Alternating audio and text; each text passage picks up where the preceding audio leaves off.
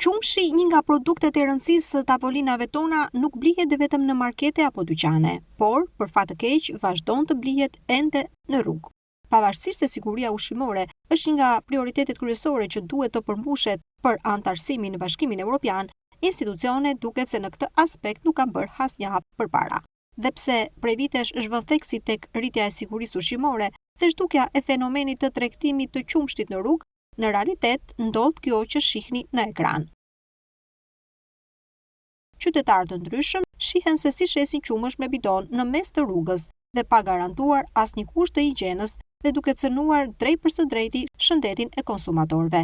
Shitja e ushqimeve dhe veçanërisht bulmetit në rrugë, në plurë dhe pa kushte higjiene është një burim i madh infeksionesh. Në produktet e qumshtit që tregtohen në rrugë nga shitësit ambulant nuk janë të sigurta për konsumatorin.